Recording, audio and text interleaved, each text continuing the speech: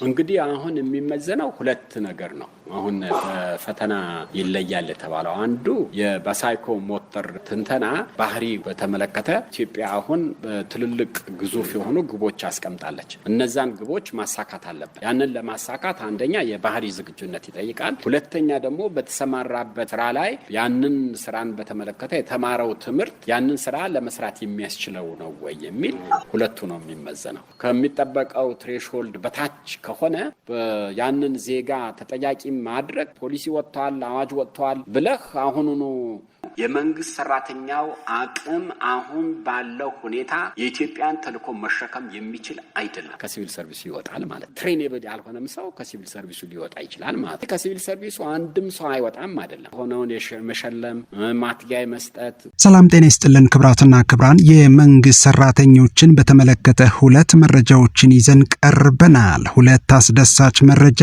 አንድ ደግሞ አሳዛኝ መረጃም።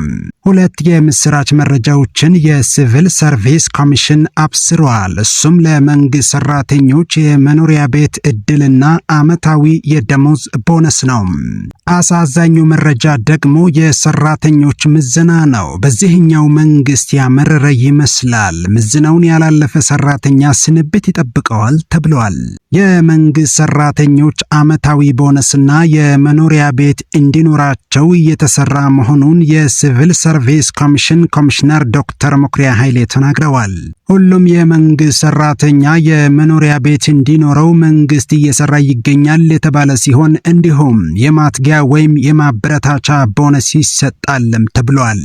አንዳንድ ተቋማት ለሰራተኞቻቸው አመታዊ ቦነስ እንደሚሰጡ ይታወቃል። በተለይ እንደ ባንክ ቤት ያሉ ሰራተኞች ከ1 ወር ደሞዝ እስከ 6 ወር ደሞዛቸውን ቦነስ እንደሚሰጣቸው ይታወቃል።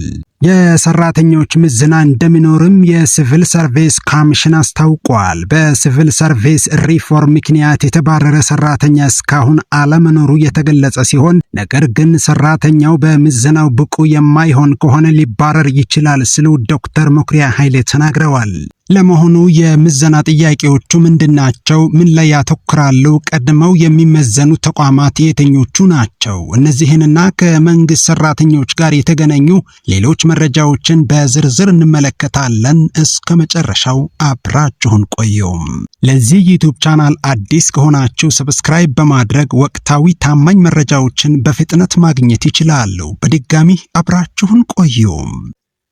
የመንግስት ሰራተኞች የቁጥር መረጃ የማረጋገጥ ስራ ሊጀመር መሆኑ ተገለጸም።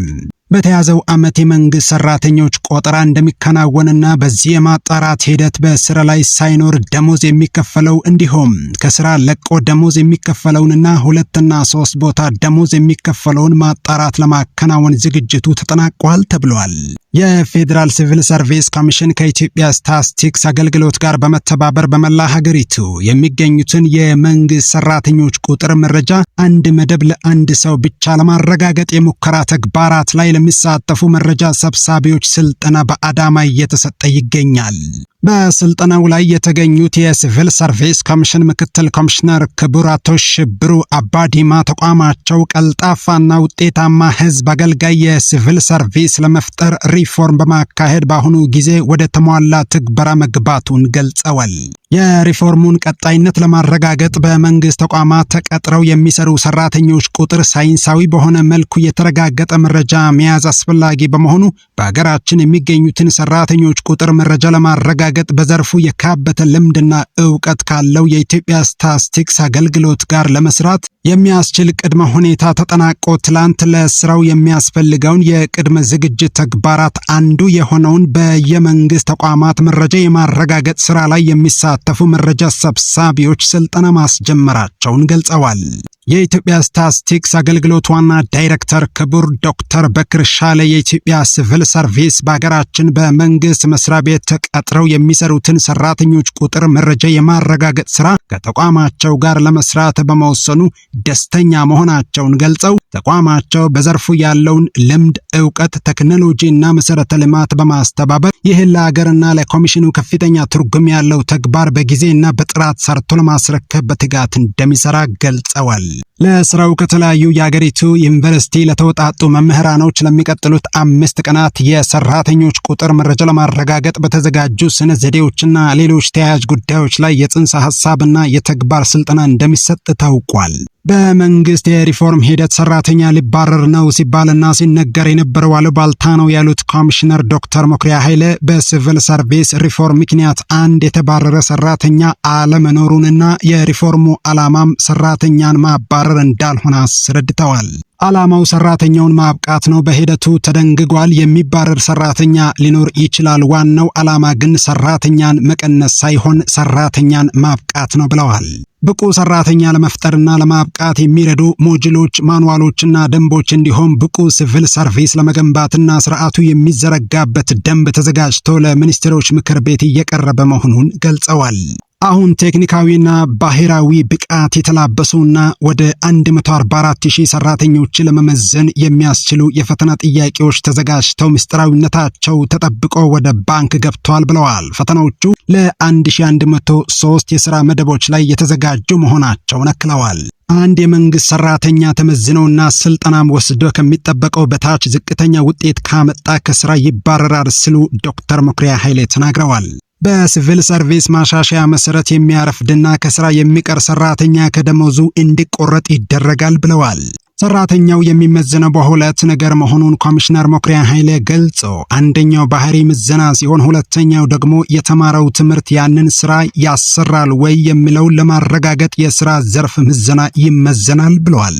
በዚህ ተመዝኖ ከሚጠበቀው በታች ዝቅተኛ ውጤት የሚያመጣ ከሆነ ስልጠና ይሰጣል ብለዋል። ስልጠናውን ወስደው ማለፍ ያልቻለ ከስራ ይባረራል። እንዲሁም ይህንን ፈተና አልፈተንም ያለ የመንግስት ሰራተኛም ከስራ ይባረራል ብለዋል። ለዚህም ሁለቱም አካላት ማለትም መንግስትም ወጪ አውጥቶ ሰራተኛ መድቦ ስልጠና መስጠት አለበት፣ ሰራተኛውም ለተልእኮ ራሱን ማዘጋጀት አለበት ብለዋል። ይህ ምዘና ሰራተኛውን ለመቀነስ ሳይሆን ለተቋማት ተልእኮ ለማዘጋጀት ዓላማ ያለውና ክፍተትን ማዕከል ያደረገ ስልጠና በመስጠት ሰራተኛውን ለማብቃት እንደሆነ አብራርተዋል። የስልጠናው ፕሮግራም በሚኒስትሮች ምክር ቤት ተወስኖ ስርዓተ ትምህርት ተዘጋጅቶለታል ብለዋል። 5 ተቋማት ማለትም አዲስ አበባ ሳይንስና ቴክኖሎጂ ዩኒቨርሲቲ፣ አዲስ አበባ ዩኒቨርሲቲ፣ ሲቪል ሰርቪስ ዩኒቨርሲቲ፣ ቴክኒክና ሙያ ኢንስቲትዩትና የአፍሪካ ልዕቀት አካዳሚ የባህሪ ብቃት መገንባት የሚያስችሉ 125 ሞጁሎችን በማዘጋጀት ለስልጠና ዝግጁ አድርገዋል በማለት አብራርተዋል።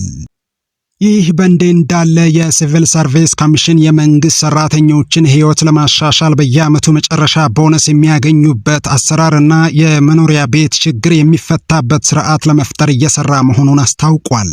የህዝብ ተወካዮች ምክር ቤት የሰው ሀብት ልማት ስራ ስምሪትና ቴክኖሎጂ ጉዳዮች ቋሚ ኮሚቴ የሲቪል ሰርቪስ ኮሚሽንን የ2018 በጀት ዓመት የመጀመሪያ ሩብ ዓመት አፈጻጸም ሪፖርት ህዳር 12 ቀን 2018 ዓመተ ምህረት ሲገመግም ነው ይህ የተገለጸው።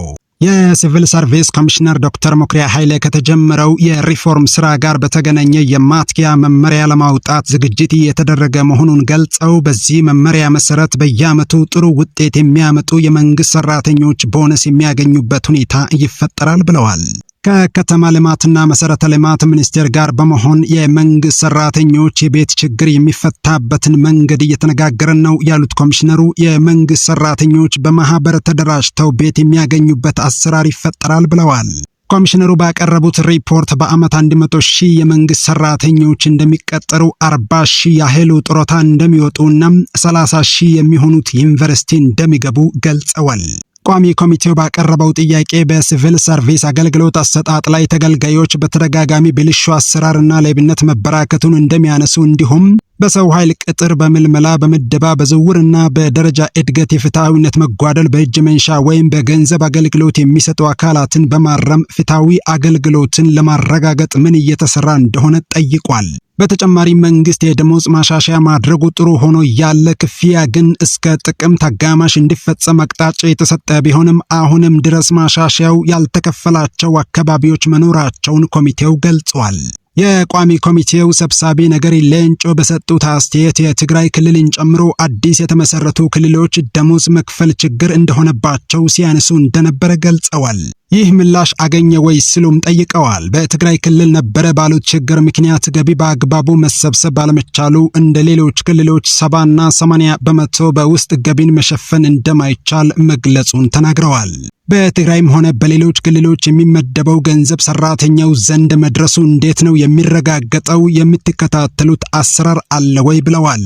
የሲቪል ሰርቪስ ኮሚሽነሩ በሰጡት ማብራሪያ ደሞዝ ያልከፈሉ ወረዳዎችና አካባቢዎች ካሉ የቅርብ ክትትል ይደረጋል ብለዋል። የትግራይ ክልል የደሞዝ ጭማሪው ከተፈቀደላቸው ክልሎች አንዱ መሆኑን ገንዘቡም በየወሩ እየተላለፈ መሆኑን ክልሉም ክፍያውን መፈጸሙን አምነናል ብለዋል።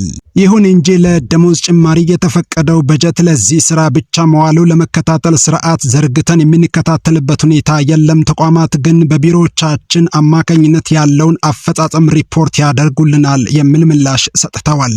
ኮሚሽነሩ ቅጥርና የሰው ኃይል ስምርት በአርቲፊሻል ኢንተለጀንስ አማካኝነት ለመጀመር ቅድመ ዝግጅት ማድረጉን ገልጸዋል።